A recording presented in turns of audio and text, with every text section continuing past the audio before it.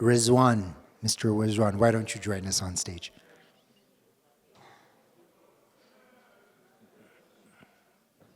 Welcome, welcome. Let's wait for the audience, and then we'll begin our presentation. So as we're waiting for a few of our guests to join, I've opened up a few websites that might be helpful for the audience. First, we have bits.monospace.live. It's here that we're going to find a live visualization of the Bitcoin blockchain. So what do I mean by the blockchain? Every 10 minutes, we have blocks confirm on the Bitcoin blockchain. Of course, it's an open source protocol. And because it's open source, permissionless, etc., it allows us to see what the mempool, the memory pool, if you will, looks like. So these are transactions that are waiting to be confirmed. These are transactions still unconfirmed, but in what we call the mempool. And what you can do here is hover above each box, and it'll show you input, output. Where is it coming from and where is it going, right? Again, this is a very interesting website. I hope you do take note, because it also gives you the fee to send, right? Your transaction fee. You're also looking at the total value. So in the case of this box here, we're looking at about $1 million, $1.04 million of value moving through the Bitcoin block space. I think this is an amazing tool to be able to see, let's call it a live ledger of millions and billions of dollars of activity in an open source fashion, I think is absolutely incredible. So we'll be sharing this on the Telegram group. Next, we'll be sharing the Clark Moody Bitcoin dashboard, also a very impressive tool. A lot of us here, we consider ourselves Bitcoin miners and et cetera, but this is actually what's driving the network. And so there's a lot that goes into these calculations. And so this will help you, this board will help you understand that network and hopefully appreciate all that goes into this industry. So without further ado, we're going to learn about Dahab miners. They're coming in from the UAE. Mr. Rizwan has been generous enough to be a sponsor on this event. He's very excited about Ethiopia. I think this is going to be a great room for him to introduce his product, his service, as well as his experiences and exactly what he brings into Ethiopia. So let's please welcome Mr. Rizwan from Dahab Miners. Hello. Hello and good evening to everyone here. It's a great pleasure to be here. Big shout out to Lara from Bitcoin Association Arabia. Thank you so much, Lara, for connecting me with Carl, and thank you, Carl, for inviting me over. Great pleasure to be here. I'm probably one of the youngest in the room. For sure, I'm the youngest co-founder in the room, at least. So it's a very great pleasure for me to be speaking here today. Also, thank you so much for the scarf, Carl. I'm loving it. I haven't taken it off since I wore it. So I'm loving it, and I'm falling in love with Ethiopia as well. So thank you so much for that. Thank you, Rizwan. I'm glad you appreciate our small gift. It's a bit of our culture, it's a bit of our art and history. So first questions first, why Ethiopia? Why did you choose to sponsor this conference? What's attractive about Ethiopia? And so what have been your, let's call them, early impressions of this new market? Yeah, so when I was invited to speak, the first sample topic you gave me was Bitcoin mining in UAE. And of course, I'm going to talk about Bitcoin mining in UAE because that's where our story started. But to answer your question, why Ethiopia? It's the new topic that I wanted you to give me for speaking, which is Bitcoin and ESG, which is one of the main reasons why we do this business and why we are here today. So I'll start with Bitcoin mining in UAE, our experience. So we started our company in 2021 in UAE, and at that time we emailed the regulatory boards for business, and we asked them, that, for example, the Department of Economy, we asked them, can we do a business of Bitcoin mining?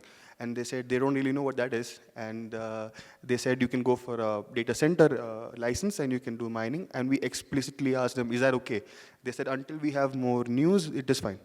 So we started this in 2021. We were the first companies to host machines in Abu Dhabi. And at this point of time, even the government was not mining. At the moment, they have one of the biggest mining projects in the world in Abu Dhabi by the government, and few investments companies also stock listed in the UAE stock market. So the regulatory body was working on this while we actually started doing this business in Abu Dhabi. So it was a great experience for us to start the business, because this is 2021, and 1 year ago, 1 year past of this, 2020, I was still doing engineering, undergraduate engineering in my university. So I came out of university, I'm an electrical engineer by profession, so I was fascinated about the idea of mining and energy, of course, and then we started this business. And 1 week after we started our business, Bitcoin hit the previous all-time high. So that was $69,000 in 2021. And we were hosting our clients for 12 cents of a dollar. And this was really profitable at that time, but then this is like $69,000 1 week since we started, and 6 months down the line, we see Bitcoin going 16,000. Big boom, like big bear run. And we had to reduce our electricity prices for hosting, and we went down to 8 cents of a dollar, which was like actually our combined cost for the business, and that was like break even for the miners. And this is when some of the competitors came into the picture, and they started going into agriculture farms where the electricity subsidized for agriculture purposes. And they went into hosting in these, and of course we had to follow because we were in the business. And we started making money, and our business was growing. We started making a name for ourselves. Back then, our company was not called Dahab Miners. We've moved out for the previous entity, and we've formed Dahab Miners now. But this was our story, and this is why we were, this is how we started, and this is our story from UAE. And then 6 months down the line, we had, I mean, not 6 months, I mean, this year, 6 months ago, we have a new regulation which says you're not supposed to mine in the farms, in agriculture farms. And that's when we understood, okay, so this is a rule now, and we have a regulation that's against our business, and we should look for something else. And this is why, this is one of the reasons why we're here today. We do not want to be in a gray area. We want to do things in the right way. So I'll tell you a personal story about this. So once we started making money in these agriculture farms, being an Indian born and brought up in Abu Dhabi, of course you've all seen Indian movies, we have a huge community, family, a lot of people, and everyone is in business. And people are really asking me, what do you really do? Because back in 2021, people didn't know much about Bitcoin, and I'm doing Bitcoin mining, which is like completely rocket science to them, And they were asking me, what do you actually do? And I was like making a lot of money, and they saw I'm doing something, and then they were asking me, and they didn't really understand no matter how much I explained. And then they started telling me, so you're making money, but you're not solving a problem. You're not doing a business that creates value.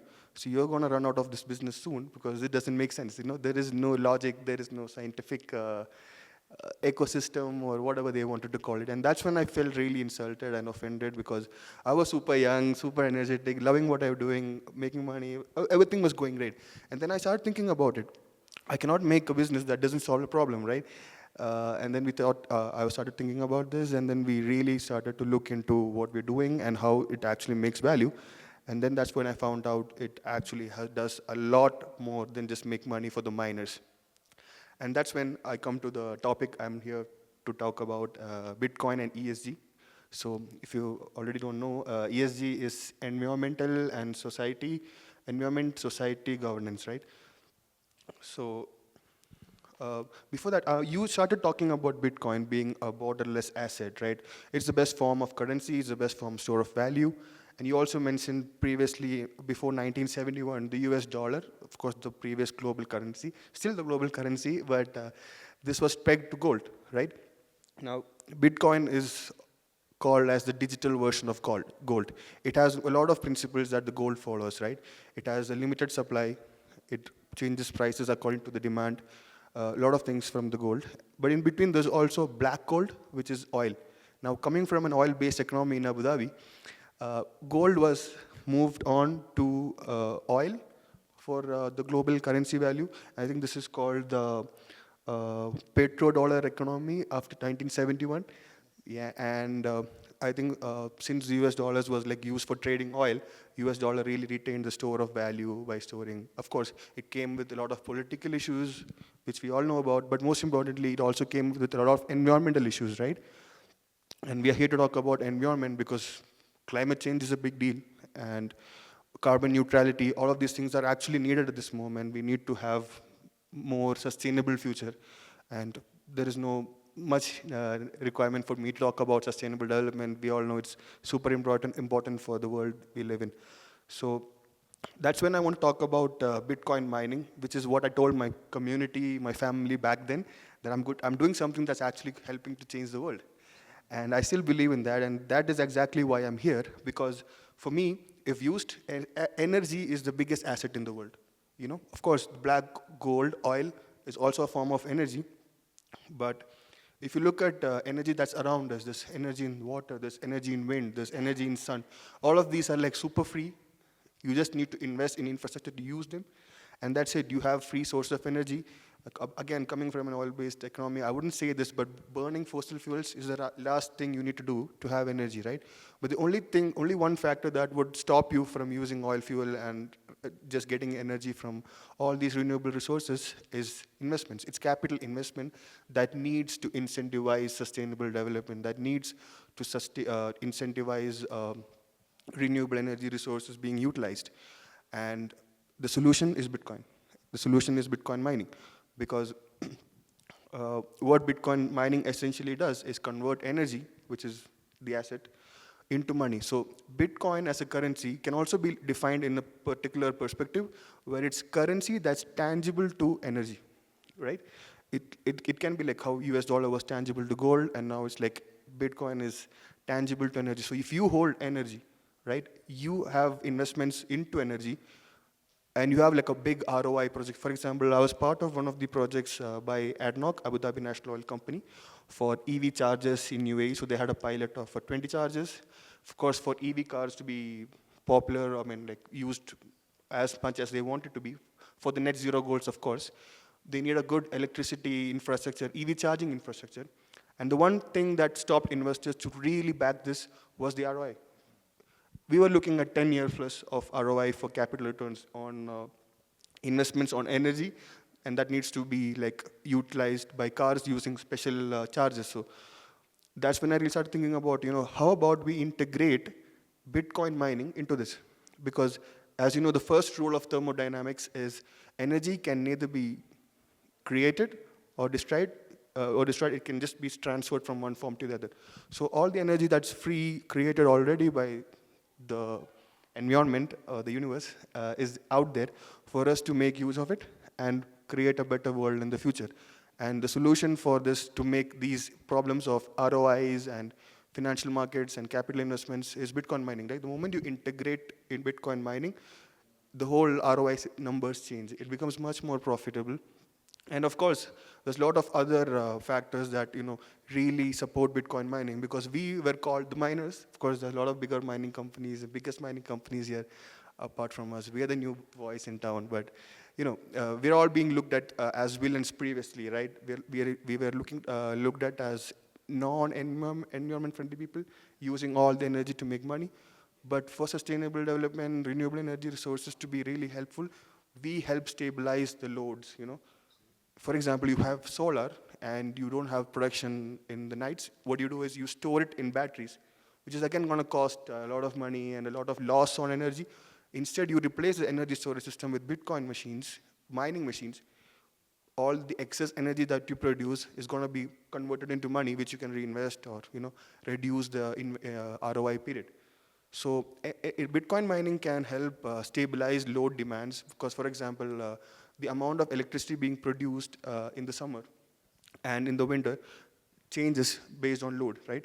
Now, that causes a lot of loss in the system, because if the UAE, for example, from where I'm coming from in UAE, there's a huge lot of load requirement in the summer, because it's super hot, of course, that. Winter also need to have that kind of infrastructure, right, where it's not being used. So they need to build the infrastructure in the winter and in the summer the same, just for it to be used in the summer and not to be used in the winter. These kind of issues can be solved by Bitcoin mining. So I think of course, also with the machines, the new miners being more and more efficient over the years, Bitcoin mining is a solution for a lot of problems that we face, and I'm proud that we are helping to solve a global problem. Yeah, and again, coming back to your question, you asked me why Ethiopia. Of course, 90% hydro energy, amazing people, amazing ecosystem, legal regulations. I'm coming from a gray area from regulations. Of course, we are working with the UAE government for, utilization of methane gas, flare gas for mining. But it's a long process, right? We've not got any lead over the past 1 year. But the moment we arrived in Ethiopia, we see everything happening super fast. And we're super happy and super excited, super grateful for the solution you provided for companies like us. So thank you so much for that. And yeah, that's the answer. Thank you, Rizwan. What a beautiful, full answer. I think it shows his excitement and commitment to Ethiopia. I think he touched on some things we hadn't necessarily touched on, not because it's not important, but just because it opens up such a Pandora's box. He mentioned the petrodollar, right? The relationship between the Western world, Saudi Arabia, OPEC, black gold, right? There's a lot of history there, and history that doesn't really serve the main or the average person. So that's an entirely new rabbit hole you can go down. Alex Gladstein at the Human Rights Foundation has a report specific on the petrodollar, how it harms countries, how it incentivizes things that maybe aren't in the best interest of its citizens. So the petrodollar is, I think, an amazing subject for all of us to study. He mentioned thermodynamics, being able to use electricity, right, the Nile River, into a type of currency, into a type of money. Now, I don't know if Satoshi invented this idea, because I remember a newspaper clip from the early 1900s where Henry Ford, the inventor of kind of our modern day assembly line, as well as the Ford automobiles, had an idea to do exactly that, right? Create a currency outside of the view of the Federal Reserve based on electricity. So this is something he had outlined. Obviously, the computer programming wasn't there yet, right, 100 years ago. But this is an idea that has gone through several evolutions of social proof, and it's great to hear Rizwan talk about thermodynamics. Here's another rabbit hole. Michael Saylor, who owns MicroStrategy. He has a long history of, not a terribly long history of investing in Bitcoin, about 3-4 years now. But he is extremely bullish, right? He's moving hundreds of $millions into this asset. It's a publicly traded company. He's actually worked with a few Ethiopians, Ermes Eshetu at Zeman Bank. They've worked together quite closely. So there is a very interesting thesis here. You can go down through many of the rabbit holes that Rizwan had highlighted for us. But I think going back to the ESG point, I think this is the point where I really want the cameras to pick up. Ethiopia is ESG friendly, and don't let anybody tell you it's not. 92% of our energy is sustainable, or green as they call it, hydroelectric. The dam will add another 5 or 6 gigawatts of energy into our grid. But more importantly, the potential for the Nile River is actually 45 gigawatts. So that's about 10x what we're producing now, about 5x what we're producing after the dam comes online. And so what this gives us is a great deal of, let's call it, marketability as we're speaking to clients, investors, partners, and so on. Ethiopia has really embedded itself in this whole ESG agenda, right? We're planting trees left and right. We're putting together a city that's probably more fair for bicycle travel than car travel. Even the cars that we do have, we're phasing them out, the gasoline-powered cars, the diesel-powered cars for electric cars. And so there is a national-driven agenda on this ESG front. So I'm very glad that Rizwan his investors, his thesis is very, very underlined to the environmental, the social, and the governance equation of it all, because that's what helps us be sustainable for the long haul, and that's what avoids, let's say, the trap of being energy rich, right? It's not necessarily the blessing that we think it is. We've seen examples from Nigeria and so on where the crude oil is exported and the value is diminishing. So with that, I have some questions of my own for Rizwan, but I want to open it up to the audience. I know we're probably coming down on energy right now, but if there are any questions from the audience, I think Yami has a fresh microphone with new batteries. So, hands, do we have any questions for Rizwan? His operation in the UAE, his decision to come to Ethiopia. My question is, how are you finding, let's say, you obviously think the country has great marketability, is on a sustainable approach. My question would be, have you started talks with the Ethiopian Investment Commission?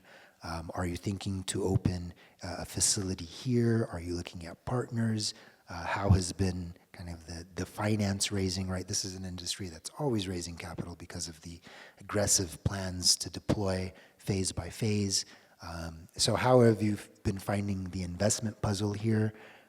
And what are some challenges that maybe we can help find a solution for today? Right. So as I was mentioning earlier, we have a regulatory issue in the UAE. Doesn't allow us to mine anymore profitably, and of course, it's not ESG friendly because we are using. Of course, everybody knows we are using oil-based economy, fuel generation. Of course, UAE has been investing into nuclear and hydro as well, and solar as well, but we are not there yet. So the goal was for us to move as soon as possible, and for that instance, that particular reason, what we decided was to partner with a Chinese company. We went around talking to a lot of companies with PPAs with the electricity company because we didn't have a lot of time to get started for our own paperworks and incorporation, everything. So what we've done is we've invested and bought infrastructure from already existing infrastructure from the companies that have this PPA. So we have a 10 megawatt agreement which is already in place. So we're already ready to operate in the country. We are looking forward and very excited for this. We have our miners moving from UAE and from China to Ethiopia very soon. So we'll be operating 10 megawatts within a few months and maybe let's say 1 or 2 months at the most. And after this 10 megawatt phase, our plan is again officially to be incorporated in Ethiopia with investments coming in and also get our own PPA. So that's the goal for the future, but we wanted to fast track things and this is how we are operating right now. I just wanted to add one more point I missed out from my earlier conversation about ESG. What I also feel is, comparing currencies from the past, like US dollar based on gold or US dollar based on oil or petrol, the new equation with Bitcoin as a global currency with tangible with electricity or energy, I think one of the most interesting fact is the energy that's backing the currency, it cannot be artificially manipulated or increased compared to the previous system. So I think it's a brilliant innovation that we are proud to be part of. The technology behind Bitcoin is what's driving our passion for it.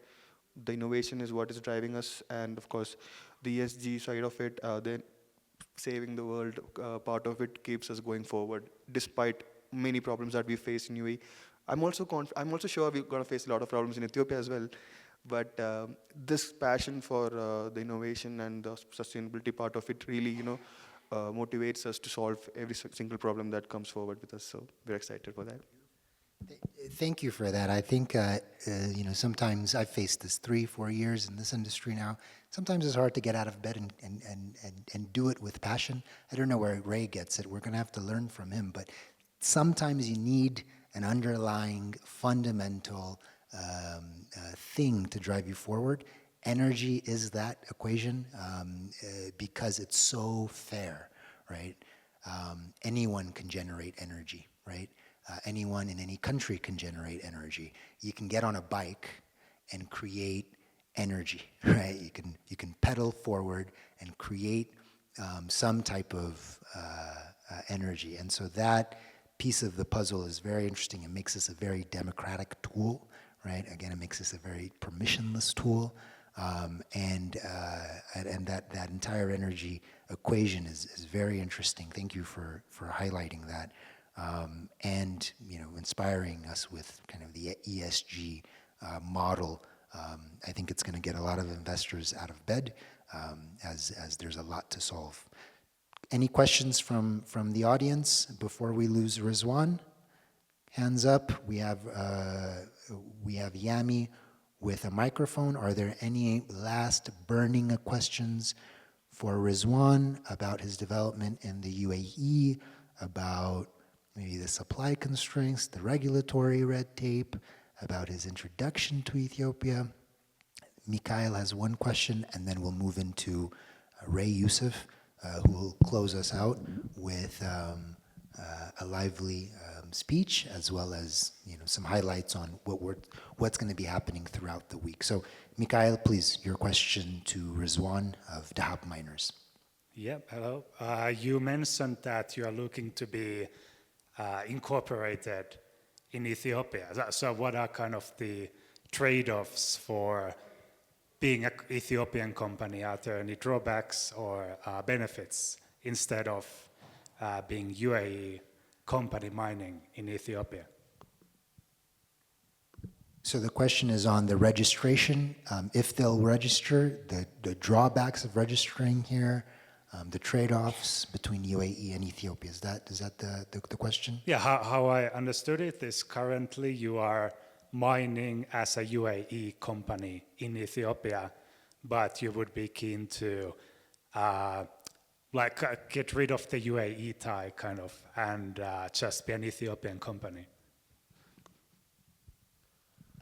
Yeah, so that's the plan. To be an Ethiopian company is the plan, because we still have our operations in UAE for crypto miners. We still have supply chain solutions for mining, because there's a lot of home miners, and people can still mine at homes and in villas where they live, or even in factories, even though it's not profitable at the moment. So we still have operations active in UAE for retailers, retail investors and institutional investors both. We supply miners. We have a very solid repair team, because it's electronic devices. They need to have checkups and maintenance done. So we have all of these happening still in UAE. The mining part will happen in Ethiopia, unless we find some other projects in UAE, like I mentioned, using flare gas, which is going to be alternatives. I mean, additional projects that we'll do apart from our mining operations in Ethiopia. So this is where we are at right now. I'm still researching and learning about business side of Ethiopia, like how I can incorporate it, what are the best ways. These are actually questions that I want to ask Carl after the meeting today. So I think he'll be a better person to answer the question. I'm still learning about that. And I think that's an excellent question, because it cuts to the heart of it. Like I said, we have some representation from the EIC. There is an investment window in this country. It's a one-stop shop. It allows investors, they call them FDI, foreign direct investors, to come into Ethiopia and receive a business license as well as tax incentives. So we'll talk about this throughout the week. I'm very thankful to have met Rizwan, because he's early in his introduction to Ethiopia. A big thank you to Laura from the Bitcoin Association Arabia, Bitcoin Arabia Association. But definitely take time to meet her, as she understands the Middle East way more than I do. And she's kind of been a great bridge between Ethiopia and the UAE. But I think this question, we'll slowly get to the solution or the response, but it involves a feasibility study, a business plan, an application to the Ethiopian Investment Commission. You'll then look at a minimum investment that they require, somewhere between 200 and 250,000 USD. Obviously, you'll use that for your CapEx and OpEx and so on. So there is a kind of a channel or a straightforward path for investment. We try to make this as easy as possible. And then after you've received your business license from the EIC, You then move into the EEP, Ethiopian Electric Power. They're responsible to allot a power purchase agreement that will be also tied to the land that you lease next to a substation, which is very rare in many countries. Ethiopia is really opening up their land to investors and miners. And then the very last component, again, we'll talk about all of this in detail, becomes INSA. They, of course, approve imports. So all of the cargo, all of the customs, they need to sign for that shipment to come through. And so all of these are pieces of that business formation. It's normally a quick and easy process.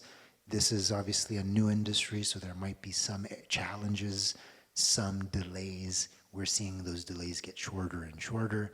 So the time to ship a container, a 40-foot container, from Shanghai to Addis Ababa is getting lower and lower. So hopefully that makes Rizwan's job a bit easier, and we can deploy capital a lot faster. Are there any other questions from the audience for Mr. Rizwan? Going once, going twice. Thank you. Thank you for your time, Rizwan.